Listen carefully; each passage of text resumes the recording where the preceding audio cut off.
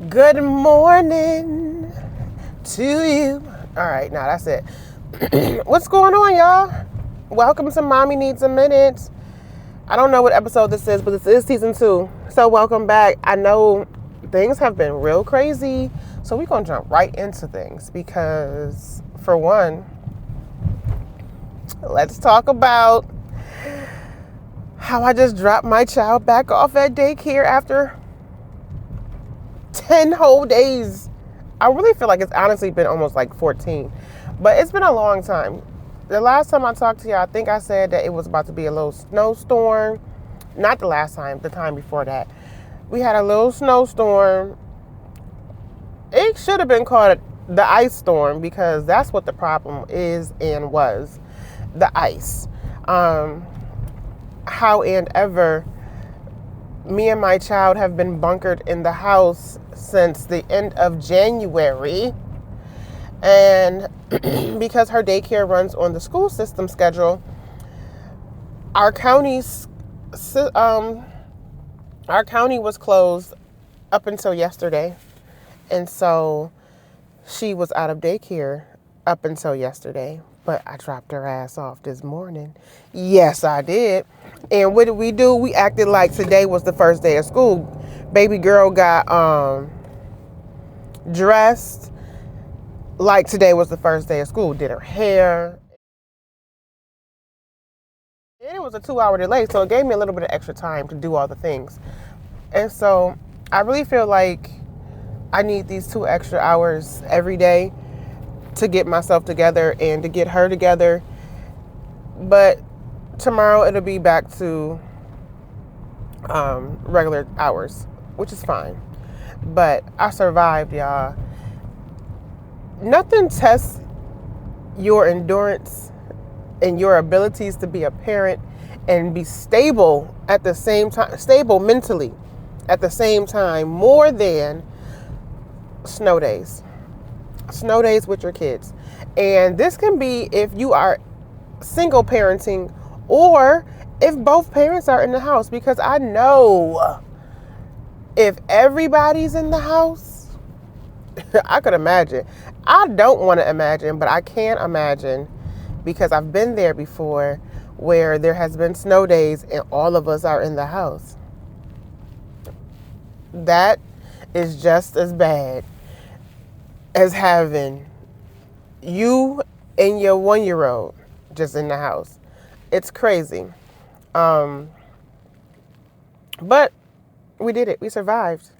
And the forecast for this good February is we're about to have heat waves. It's about to be in the 40s for the rest of the month. A couple of days here and there of some cold temperatures, but why wouldn't it be? It's the winter. So let's just talk about how this winter, it wasn't even the whole winter. This last week of January and this first week of February is enough for all of winter. Don't be alarmed by the little sound. I'm not driving unsafe.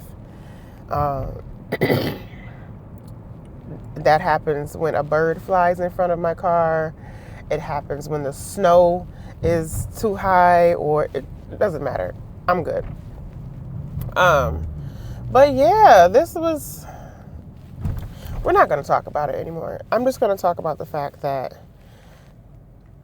I was so happy. I put on clothes today for work. I put some heels. I don't got them on right now, but I got some heels to wear to work today. And here we go with this lint. This lint distracts me so much because when I see it, I can't let it go. But I love sweaters. So the winter time is rough on my locks. I'm sorry, y'all. But to all the parents who had your kids in the house up until today, treat yourself today. Do something special. Do something nice. Go get a coffee with extra espresso. Go get a bagel. Hell, go to, if you can, on your lunch break, go have a drink. Just one. A glass of wine, something, and then go back to work because, and I'm not condoning drinking on your job, blah, blah, blah. One glass won't kill you.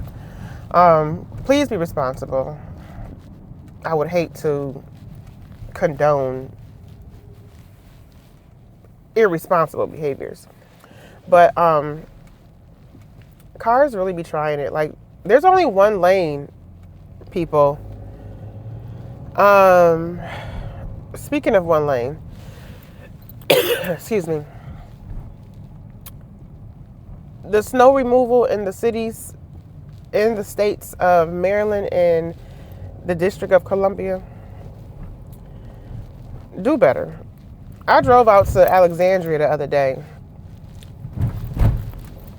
And of course, the Commonwealth of Virginia always shows out and shows us why exactly they are the Commonwealth of Virginia. Because why could I see all of their sidewalks? I could see dirt in some spots. I saw all of their curbs, which meant that they plowed and removed snow so that their whole street was accessible. In DC, we got one lane going one each way. In Maryland, we got one lane. Like the snow removal has been crazily bad. Every year this happens, no matter how much snow we get. A little bit of snow, a lot of bit of snow. It's always just bad. Please, mayors and governors, well, just mayors, because, I mean, there's no governor of the District of Columbia, but please look to the South at our neighbors at the Commonwealth of Virginia and take note on how they did their snow removal and how they told people to get the hell off the streets so that they can do the snow removal. Like, bruh. Anyway, we're going to talk about greater times. It's Black History Month. Yes, this is for the niggas. No, okay, I'm sorry. This... To all my non-African American viewers, I apologize for that, but this is for us. I am unapologetically Black all the time, and this is the 100th year anniversary of the, I don't know what word I want to use. I don't want to say start, but the emancipation, the inaugural, whatever, not emancipation, but the initiation of Negro Week, which started in 1926. Here we are in 2026 of our Lord and Savior, and we're still celebrating, and we have a month. But let's be clear, every day is Black history, but especially this month, where we can be the blackest, blackity black of all. And we're proud. Like, please don't hate us for our proudness. We have Pride Month where people can be prideful of their identity. We have Jewish Awareness Month. We have Asian Pacific Month. We have all these months. Everyone got a month. And how they choose to celebrate their months is their business. How we choose to celebrate ours is our business. And so I love that I've been seeing so many posts about the inventors, African American inventors that have contributed to not just society in America, but worldwide. I've seen posts, like, I don't know who the person is, but they're like AI generated, and it's like a guy that's taking a selfie with all the inventors. I love that. Use AI for purposes like that, because in today's ridiculous times where the administration is trying to rewrite or whitewash or correct, give out a version of history that doesn't make them appear as evil as they are and were. It's necessary that we ensure that our littles never ever forget who we are, who we were, what we did, what we endured, and our contributions to this world. Because let's just be clear, we low-key created everything. Like, I'm watching these little videos on IG or TikTok, and I'm looking like we've created everything from the filaments in light bulbs to doorknobs. These people had doors, but no doorknobs. Dummies. No, I'm playing. Doorknobs, super soakers, PlayStations, voice over IP. If you don't know what that is, that's your ability to even talk, FaceTime, get on the internet and communicate with people. Voice over IP, VoIP. You've seen it before. You don't know what you looked at. We created that. Our contributions to STEM, NASA, math. The first doctors, the first African-American women who were physicians in the United States, the first African-American nurses. Like, I've seen all types of things that were just made me prouder of being a Black woman in today's society. And I thank our ancestors, I thank our pioneers who came before us that had the thought process to even say, you know what would be great if we could do? Open the door and created a doorknob. That was really genius of you to say, I would love to be able to go through the door. All doors can't swing. And I don't know, I didn't read it in its entirety because I was getting the child ready to go to daycare this morning. But I'm not sure if he created the round doorknob, the little, or, whatever. But I do recall seeing a lot in like older movies, doors that just swung. So maybe he did create the doorknob, and that enabled doors to be closed and locked. Who knows? But we low-key created everything. In my mind, I know exactly why we are not admired in the way that others admire their own or other ethnicities and races, because we are, I'm just gonna say it, we're effing great. We're awesome. We're powerful. We're resilient. And like I said, and I continue to say, because people get so sensitive in today's societies. I mean, in today's time, how you feel about your ethnicity and your race is your business. So if you want to be prideful and feel like your race is a superior race, cool. That's your business. I could feel that way about mine too. And we should not be made to feel any type of way because we feel that way. I'm not saying that other people did not contribute to society. I just don't know that. I don't know their history. I don't know their contributions. Excuse me. I know some of them, but that's not what we're talking about today or this month. So y'all chill, relax, go off during y'all months. All right, that being said, I apologize, y'all, because I do have a little cold.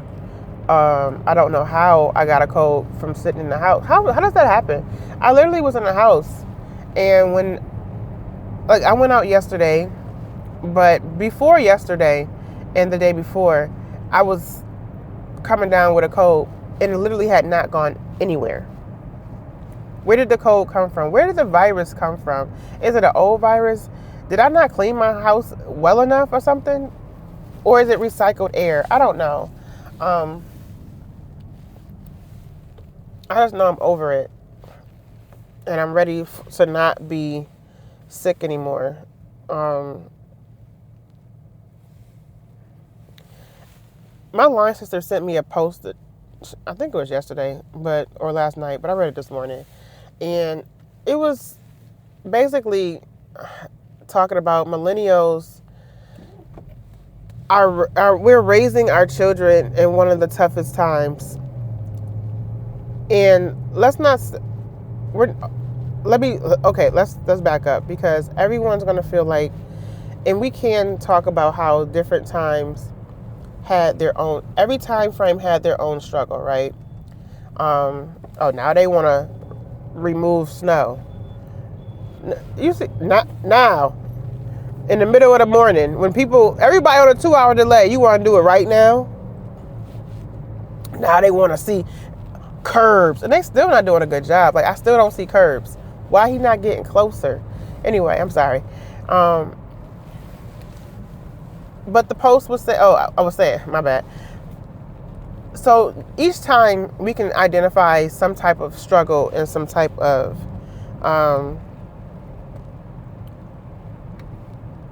challenges that had to be overcame. But this post was particularly talking about how we're doing it during the most expensive time period, and in a lot of cases we're doing it alone because of how the family dynamic has drastically changed over the years. So a lot of people don't live close to their parents, so therefore our villages are smaller. Back in the day, people used to raise children in villages. There was neighborhoods that, everyone looked out for their kids. You knew your neighbors. You could leave your child at Miss Mary's house down the street, or you could call Miss Mary and say, hey, I'm going to be late for work. Can you get such and such off the bus? And can they stay with you until I get home from work? Things happen like that. You used to go over your grandmother's house every weekend, and all the grandkids was over there. And that provided a break, a time of relief for parents to recharge, refuel, live a little bit, clean up, do whatever they needed to do. We have a lot more nannies and care providers which are paid, because our grandparents don't live near us, and grandparents are still working. Like, legit, a lot of grandparents cannot retire yet because everything's still expensive. And those that have retired, they don't sit in the house like the older grandparents used to do. Like, my grandmother, we all went to my grandmother and my grandfather's house. Everybody lived there at some point in their life, or was able to stay there. I used to go to my grandmother's house every day. Well, we lived on the same street. So, but every day I saw my grandmother. If it wasn't for FaceTime, Dalen would not see my mother or my father, except for when we traveled to go see them. And so it's not because, we just chose to live in different cities and states. Our generation graduated during a time period where we graduated in a recession. And so most of us went to a school that was not in state. And because we went to a school that wasn't in state, we also probably stayed where our school was, or in the vicinity. I went to Virginia State. I didn't stay in Virginia, but I stayed in the DMV. I did go back home. I went back home to try and make this work. For me, there was no opportunities for growth there. And I was attracted to the DMV because I had been exposed to different. And so I made a decision to relocate. But before I relocated, my mom had already relocated. So she was in South Carolina. My dad's in Buffalo. I'm in the DMV. Like, we're all over the place. So the family dynamic is different. The village aspect of community and families is different. And it's not to say that we're at fault for that. The millennial generation, unfortunately, we had to pursue opportunities that would provide the most economical advancement for us, because everything's freaking high and things are just getting higher.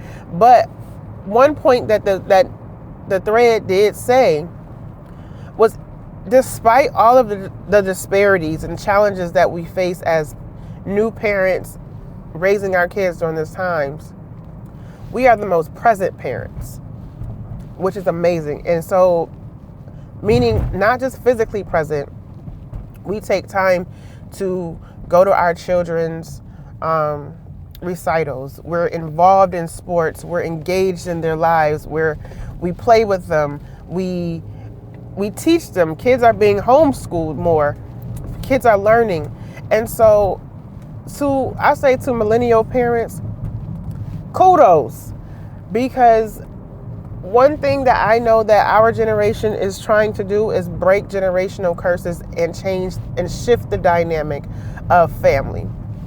A lot of us had various types of upbringing, but one thing that I know that I can say from a lot of the people that I've spoken to regarding, parenting and parenthood, is that we either are trying to change the way we parent because of how our parents were or how our parents weren't. And it's no shade to our parents. Our parents did the best they could with what they had, which meaning time, resources, whatever. And so they provided a blueprint, or they provided the motivation to be better or do better. And I thank them for that. But I also thank our generation for identifying and recognizing that things can always improve and be better, and being present in our kids' lives and involved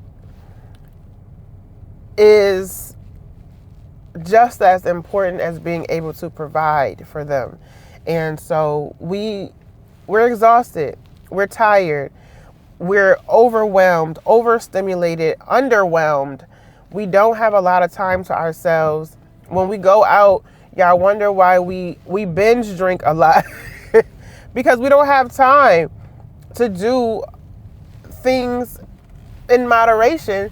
If we go out, if we have girls trips, that girls trip is going to last us for probably a year and a half, because, or maybe even longer, because we got kids to raise and we prioritize being present for our children.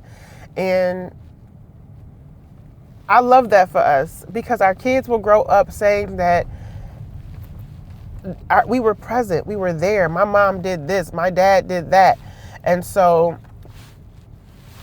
kudos to you guys. Good job. I love us for that. And this is not just one race or whatever. This is millennials. So if you're a part of that generation, I'm talking about you. And this is also for aunties and uncles. If you're an auntie and an uncle who has been very involved in your niece or nephew's life, this includes you too, because you're just as important. We make sure that aunties and uncles, cousins, the family dynamic, we get it however we can get it. And villages are made up more of friends than family nowadays. And there's nothing wrong with that. But my very first post, or my very first episode, I talked about get you a village. Get you a village, because it's necessary. I still learn this every day. I talked about it then, and I keep talking about it because I have to keep learning and keep remembering that you can't do this shit by yourself. You can, but you don't have to, and you don't need to. And your child requires more. And so, yes, I'm distracted by the lint again. So before I sign off, I want to say happy Black History Month again. Kudos, good job to millennials. We doing it. We are doing it, y'all. Stay strong. Take a moment to refresh, refuel, revitalize yourself so that we can be present for our children like we need to be, like we have been. And prioritize yourself. I was talking to my therapist, and she was saying that the way my language has changed. How when I first started with her, my priority was my daughter. I always said, I need to make sure that she's good. I need to make sure that she's okay. She's taken care of, her security, her safety, her health. It was her. Now I need to make sure that myself and her are taken care of. I'm prioritizing myself because without me, all those things, I can't do nothing for her. And so, I need to take time. I need to make sure I am asking for assistance, or I'm putting up boundaries and parameters to where I'm allowing people to be a part of her life and be a part of our village. And so, yeah. So I'm at work now, so I gotta get out the car. But that's today's episode. I hope you enjoy it. I hope that you continue to spread the word. If you are listening to this on my YouTube channel, like, share, subscribe, comment. Please share. I would love for me to hit 100 viewers or 100 subscribers by the summertime. And so I'm going to do better about promoting and all that stuff. But I'm just trying to make it to 100 subscribers. I know more than 100 people, which is the crazy thing. Like, personally, I know more than 100 people. So even if you don't want to watch this on a regular basis, go on YouTube and just subscribe for me. Do that for me. Go to my YouTube page, hit the subscribe button. I'm not asking you to even like, share, or listen. I'm just asking you to subscribe. Maybe you might like, if you listen to it, you might like something that you're hearing. All my rants aren't crazy. If you have a person in your life who has just become a new mom, share this with her. I guarantee she can relate to something, and she might become a listener, a viewer, a subscriber. Hell, I might even have her on the show. I don't know. If she's charismatic and got something to say, come one, come all.